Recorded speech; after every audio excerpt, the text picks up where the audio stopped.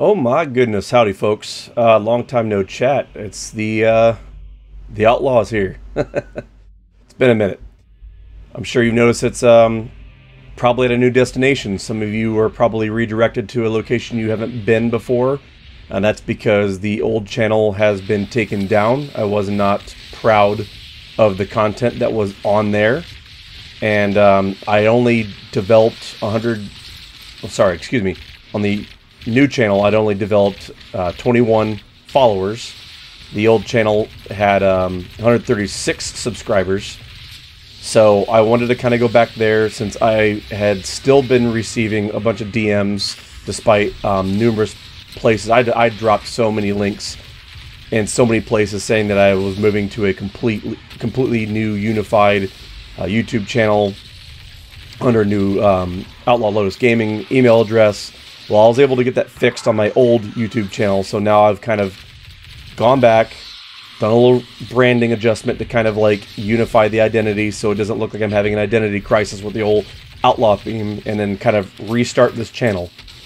I'm not saying that those opinions on the old videos that were taken down on that old channel weren't mine, and that I won't in some way kind of recap some of those opinions, because some of my followers, like Brother Hal, definitely deserve some of that discussion and recapping, especially when it comes to things like well, we'll get into that. The Chronicles of Valyria and all those other games that are up Schitt's Creek without a paddle.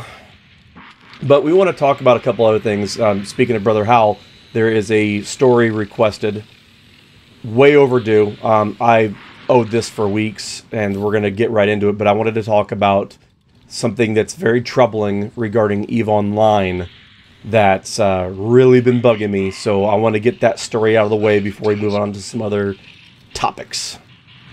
Okay, EVE fanboys and fangirls. We're going to rip off a band-aid. I'm probably going to make some enemies. No, I don't give a shit. We need to talk. Especially for those of you who are still apologists to CCP after this. Because after seeing them sell out to another microtransaction-heavy company, I don't know how people didn't see this coming a long time ago. With the Rain Quadrants updates, we know that fleet formations, a separate issue, and the expert systems went live.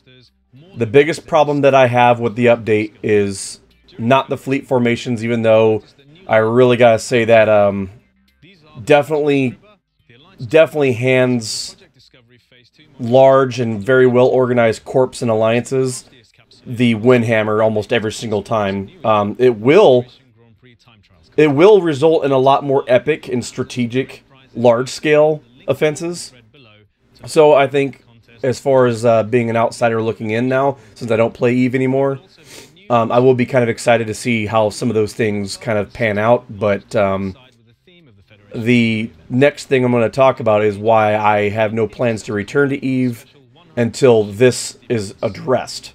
And that's the expert systems that went live with the Rain Quadrant, which basically lets you borrow skills in another. It gives you a week of temporary skill points in different professions that can help you decide where you want to take your character's skills in your training schedule and all that.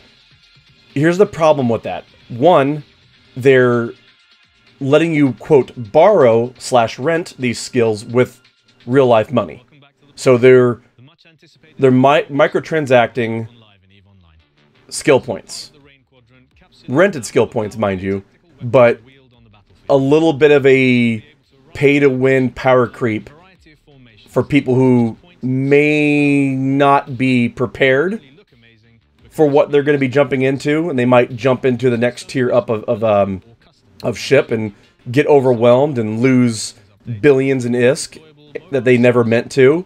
It could result in a lot of very irresponsible spending. I mean, we've seen it in other games with gambling and microtransactions and slot machine mechanics before, but you know, the good thing about EVE is it doesn't have slot machine mechanics, but people can get crazy with their spending. I mean, just look at Star Trek Online. I mean, I am definitely guilty of spending a few dollars or 30 on ships that I probably didn't need to get.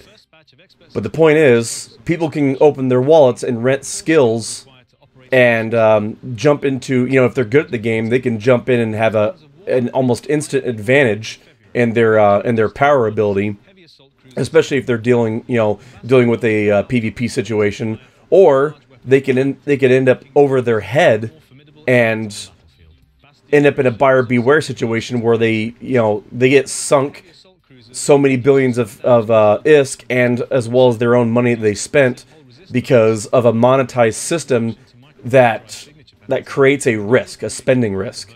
You know, and nobody likes microtransactions in these games anyway. Nobody likes pay to win. This is just a very shittily executed system. And I get it. You know, some people are going to argue. The apologists are going to come in and they're going to say, well, there's going to be a daily login reward every once in a while. Well, no. There should be a daily login reward every day you log in to get some skill to rent. If you're going to go that route, there should be one skill you can rent every time you log in. Otherwise, there needs to be another way to earn the currency other than opening your wallet or trading an ISK or Plex or whatever to do these skills. The expert systems is flawed to begin with. It should never have been executed. I cannot believe they released it, but they did it, and at this point there's no going back. And it's like, I'm so frustrated just to know that they went that route. I don't even know what else to say about this. So I'm just going to move on. It's stupid. It was a dumb mistake by CCP, and it's just another example of yet another company selling out to microtransactions to make a buck. Oh, look! Chronicles of Illyria. Oh, it's Jeremy again. You know, I really wanted to have something significant to, especially for the benefit of Brother Howell, to really kind of mock this guy about, but just looking at his face just angers me, because he's such a bold-faced liar that I don't know how his studio is still going. I mean, at least he's taken the spotlight off Chris Roberts for a while, and the continual confused travesty that Star Citizen is, because I think COE has almost as bad of an identity crisis as Star Citizen does. Does this game even know what the hell it is anymore? I don't really want to discuss this. I'm keeping it under a minute. F this game. Okay, next. Moving on. Outriders came out. I'm sure some of you are playing it by now, and if you're enjoying it, good for you. I know there's like a couple people out there making videos like, hey, I tried out Outriders, so you don't have to. Well, you know what? You don't have to be a douche about it. I don't really like the game in its current state. I like the concept of the game. I do think there's a lot of things going for it that will make the game fantastic going forward. I do like that it's a 4-class system. There's a lot of variety in the way the game is played. I do like the third-person shooter mechanics, because really the only third-person shooter, looter shooter out there that I was really enjoying up to this point was, honestly, Division 2. So to have something else around that's not Anthem, that's, you know, better than Anthem, is pretty refreshing, to say the least. Now, there's a lot of things that I had tried out during the trial and the beta that I'd hoped were going to be addressed. Definitely did not get addressed, and that's the cover mechanics are still a little meh. They're not consistent, and as well as the cover to run and gun transitions don't really seem to be all that balanced. And there's this uneven ebb and flow to the combat difficulty in the game. You know, certain waves of enemies can be like super squishy and just go down like a bunch of chumps. And then the next thing you know, you can be completely overwhelmed by some elite units that make you really wonder, it's like, holy crap, was this designed for me, or was this meant to be group content? And there's no real clear delineation between what's supposed to be that solo content and group content. You know, there's not that whole, you're entering a group zone like things like Elder Scrolls Online has with a couple of its areas. But, you know, there's just some technical flaws with the game that really need to be addressed before I'll really kind of consider shelling out my actual money to play the game, or play anything beyond a free trial. But I will say the game it did release in a significantly better state than games like Anthem did. So, do I think Outriders has a future? Oh, hell yes. Outriders is not going to go anywhere. There's a lot of people playing it. It's doing a lot better than a lot of the other looter shooters and looter brawlers, Avengers are doing. So I don't think Outriders is going to go anywhere. I think it's going to stick around.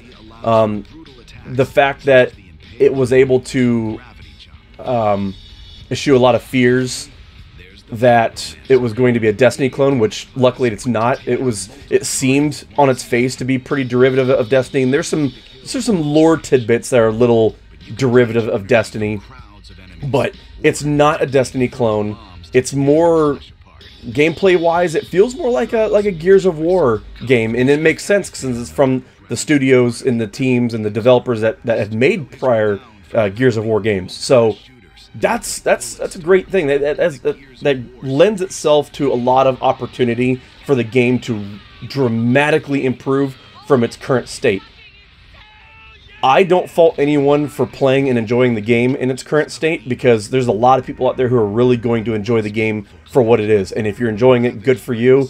I think with a little bit more polish, I might actually consider playing that game and it'd be a great game for me to play, to take a break from Destiny.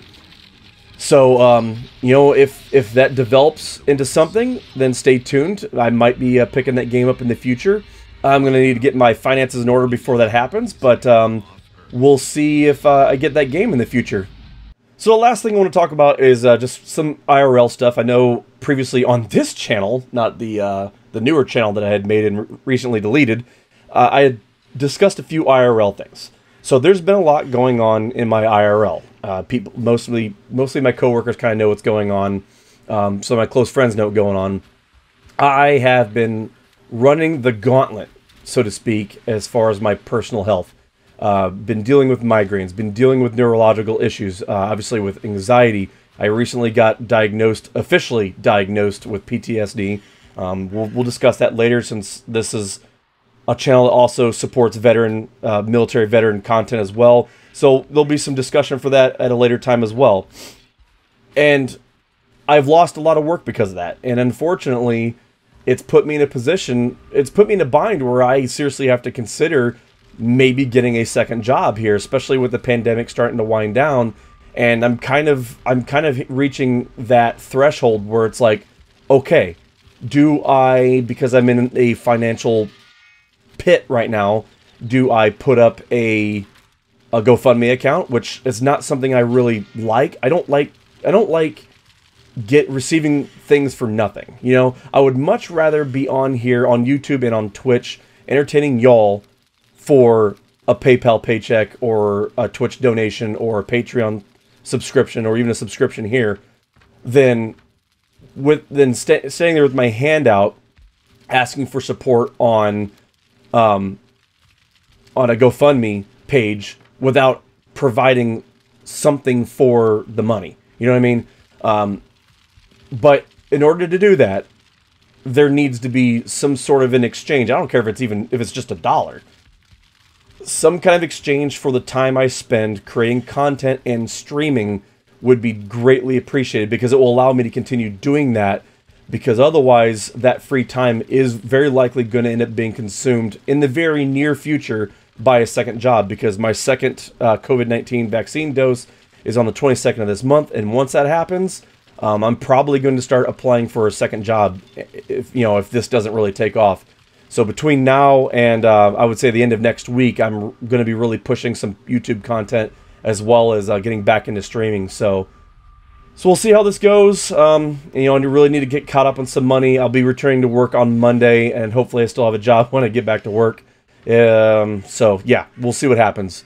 But look, thank you all for being patient. I'm sorry for the confusion and whiplash for people who might have just found my newer channel and had to spring back to this channel.